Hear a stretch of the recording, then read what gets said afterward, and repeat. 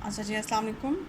आज इस वीडियो में मैं आपको बताऊंगी कि मज़ीद उसी टॉपिक के ऊपर जो हमारा पिछले 2-3 लेक्चर्स मैंने आपको दिए हैं वीडियोस में, कि लिमिट पॉइंट्स कैसे फाइंड करते हैं। यूजुअल मेट्रिक अगेन हमारे पास है, यूजुअल मेट्रिक ऑन आर, और इससे पहले हम काम कर चुके हैं कि यूजुअल मेट्रिक ऑन आर में इंटरवल्स का कैसे, इंटरवल्स अगर आपके पास इसके सबसेट्स इंटरवल्स के फॉर्म में हो तो उनका कैसे लिमिट पॉइंट्स फाइंड करते हैं। इससे पहले हम एक आर्बिट्रेरी से हमने एक सेट लिया था, उसका लिमिट पॉइंट चेक किया था, और अब हम लिमिट पॉइंट्स चेक करेंगे इंटीजर्स, सेट ऑफ इंटीजर्स का, नेचुरल नंबर्स का, even numbers, odd numbers and prime numbers.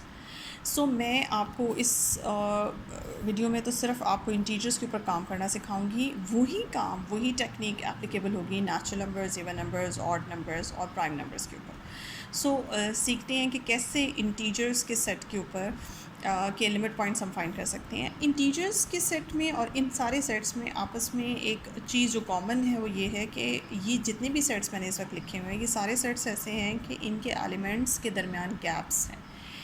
ठीक है, क्योंकि जब आप इन्हें नंबर लाइन पे ड्रॉ करते हैं तो आपको पता चलता है कि मैं ये वर्ड क्यों यूज़ कर रही हूँ कि ये सेट्स ऐसे हैं कि जिनके एलिमेंट्स के दरमियान गैप्स हैं। गैप्स कैसे हैं? बज़ाहिर तो आपको गैप्स नहीं नज़र आते। फॉर एग्ज़ाम्पल, जी आपके पास सेट ऑफ इंटीजर है, आप इसे ऐसे रिप्रेजेंट करते हैं।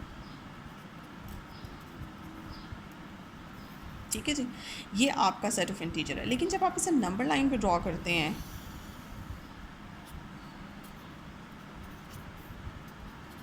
ये आपका ज़ीरो है, ये आपका 1, -1, -2, +2 एंड सो, ये आपका सिलसिला जो है वो चलता चला जाएगा। नंबर लाइन पे जब हम इसे ड्रॉ करते हैं तो हम देखते हैं कि 0 और 1 के दरमियान और 0 और -1 के दरमियान कितने बड़ा गैप है। ये बज़ाहिर आपको छोटा सा गैप लगता है, लेकिन ये गैप छोटा सा गैप नहीं है। हम हमेशा ही कहते हैं नंबर लाइन पे हर दो कंसेक्टिव इंटीजर्स के दरमियान या हर दो कंसेक्टिव नंबर्स, रियल नंबर्स के दरमियान भी जो गैप होता है वो इन्फिनिट गैप होता है। फ़िलहाल ये तो दो इंटीजर्स हैं, इंटीजर्स के दरमियान जो गैप है ये एक छोटा सा इंटरवल है। ये इंटरवल बज़ाहिर छोटा सा है, लेकिन इनफैक्ट ये इन्फिनिट इंटरवल है। ठीक है जी, तो इस तरह के सेट जिन्हें आप नंबर लाइन पे जब आप ड्रॉ करें तो उनके दरमियान इस तरह का गैप आए, जिस तरह के नंबर लाइन के ऊपर शो हो रहा है कि ये इन दोनों के दरमियान लाखों की तादाद में इन्फिनिट एलिमेंट्स हैं जो कि यहाँ पे मिसिंग हैं आपके जी सेट में।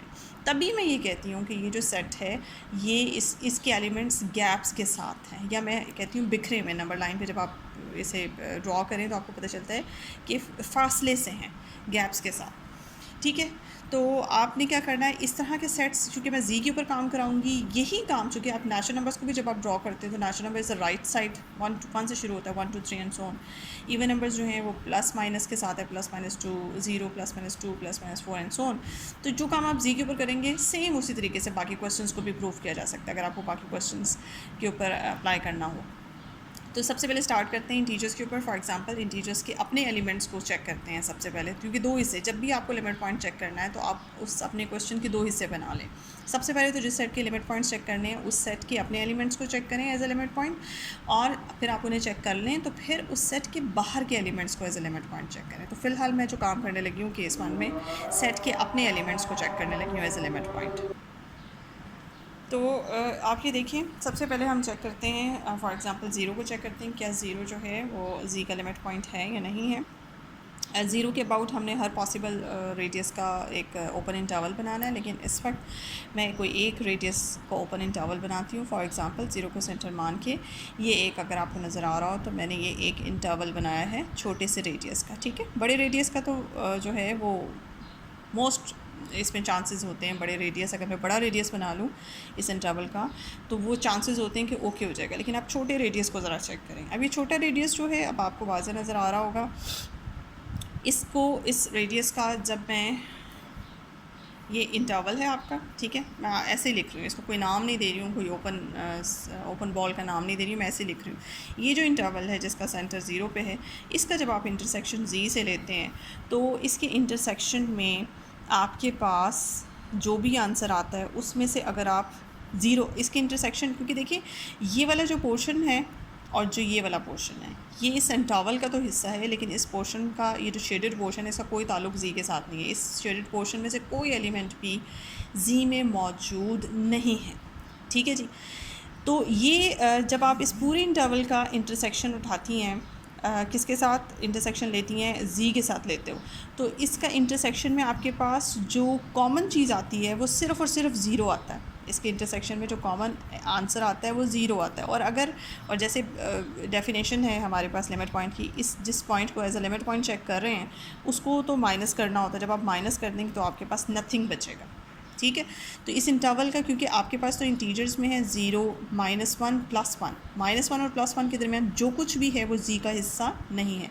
तो ये इंटरवल का पोर्शन जो है इस तरह से आपको छोटे इंटरवल से साबित हो गया कि आपका जो है ये ज़ीरो जो है ये इस छोटे से रेडियस के लिए फ़ेल हो जाता है, डेफिनेशन को फ़ेल कर देता है, सेटिस्फाई नहीं होती डेफिनेशन, दैट्स वाई ज़ीरो जो है वो इसका एलिमेंट पॉइंट नहीं है।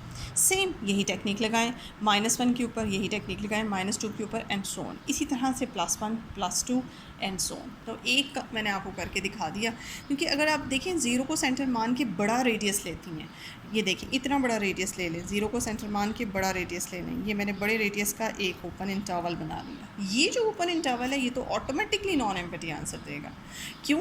क्योंकि जब आप इस बड़े से ओपन इंटरवल का इंटरसेक्शन जी के साथ लेती हैं तो इंटरसेक्शन में -1 भी आएगा, +1 भी आएगा, ज़ीरो भी आएगा, फिर ज़ीरो को इग्नोर करने के बाद -1 और +1 बच जाएंगे जो कि नॉन एम्प्टी आंसर होगा। तो इसलिए मैं मना करती हूँ बड़ा इंटरवल को इग्नोर करें, छोटे इंटरवल से स्टार्ट करें, छोटे रेडियस से स्टार्ट करें। जो भी इंटरवल आप लें या जो ओपन बॉल ले रही हैं वो आप छोटे रेडियस का लें, ताकि वहीं से बहुत सी चीज़ें जो हैं वो आपकी क्लियर हो जाती हैं। सेम कि जो एक एलिमेंट के ऊपर मैंने आपको काम करके दिखाया, यही अगर आप कंसिडर करें हर एलिमेंट के ऊपर, इतने छोटे रेडियस का लें तो आपके पास हर एलिमेंट ये डेफिनेशन फ़ेल होता हुआ नज़र आएगा, ठीक है। तो कोई एलिमेंट भी इसका लिमिट पॉइंट नहीं होगा। इसका मतलब ये हुआ कि जी के अपने एलिमेंट्स जो इसके लिमिट पॉइंट्स नहीं हैं। अब आते हैं नेक्स्ट, मैं दोबारा से ये पिक्चर ड्रॉ करती हूँ ताकि साफ़ सुथरी बन जाए। अब जी के बाहर के एलिमेंट्स को चेक करते हैं जो जी के अंदर मौजूद नहीं हैं, क्या वो जी का लिमिट पॉइंट बनते हैं? प्लस इन्फिनिटी, ये है जी 0, -1, ये +1, -2 एंड सो ऑन, ये +2 एंड सो ऑन, ठीक है जी। अब बाहर पाए जाने वाले जितने भी पॉइंट्स हैं आपके पास, मिसाल के तौर पे आप कोई भी पॉइंट उठाती हैं, जैसे आप 0 तो आपका मौजूद है जी में, लेकिन 0 के जस्ट नेबरिंग जो पॉइंट है राइट पे, नेबरिंग जो पॉइंट है लेफ़्ट पे, मुझे नहीं पता वो एग्जैक्ट क्या होता है क्योंकि हम उसे बता ही नहीं सकते हैं। तो जो भी पॉइंट, फॉर एग्जांपल आप यहाँ से मिसाल के तौर पे कोई एक पॉइंट उठाती हैं और उसका नाम आप रखते हैं एक्स रखते हैं, ठीक है जी। अब आप एक्स को सेंटर मान के बड़े रेडियस का नहीं, छोटे रेडियस का कोई ओपन बॉल बनाएं, ये इंटरवल आपने बना लिया। अब आप ये देखें, ना ये एक्स आपका जी का हिस्सा था और ना ही ये इंटरवल पूरे का पूरा आपका जी का हिस्सा है। तो इस पूरे इंटरवल का जब आप इंटरसेक्शन उठाएंगी जी के साथ लेंगी तो जी में तो 0 है या 1 है, 0 और 1 के दरमियान जो चीज़ है वो नहीं है। तो इस इंटरवल का जब आप इंटरसेक्शन लेती हैं जी के साथ तो आपके पास डेफिनेटली इंटरसेक्शन जो है वो 5 आता है, ठीक है। तो वो 5 इंटरसेक्शन की वजह से ये जो एलिमेंट है, जो इन दो एलिमेंट्स के दरमियान दो इंटीजर्स के दरमियान पाए जाने वाले जितने भी एलिमेंट्स हैं, ये एक्स एलिमेंट उन सब की रिप्रेजेंटेशन कर रहा है। सो हर दो कंसेक्यूटिव इंटीजर्स के दरमियान जितने भी रियल नंबर्स हैं, ये उन सब एलिमेंट्स, उनके साथ आप बिल्कुल ऐसे डील करें जैसे मैंने एक्स के साथ डील किया। सो जितने भी एलिमेंट्स इन इंटीजर्स के दरमियान पाए जाते हैं वो आउटसाइडर है, इंटीजर्स के आउटसाइडर्स हैं, आउटसाइडर पोर्शन है। तो वो आउटसाइडर पोर्शन में से भी कोई आप एलिमेंट उठाती हैं तो वो छोटे रेडियस की वजह से फ़ेल हो जाता है, क्योंकि फॉर ऑल रेडियस होना चाहिए ना, ओके ये वाली कंडीशन। तो छोटे रेडियस की वजह से एम्प्टी इंटरसेक्शन आता है, एम्प्टी इंटरसेक्शन की वजह से वो फ़ेल हो जाता है और हमारा वो जी का लिमिट पॉइंट नहीं बन पाता।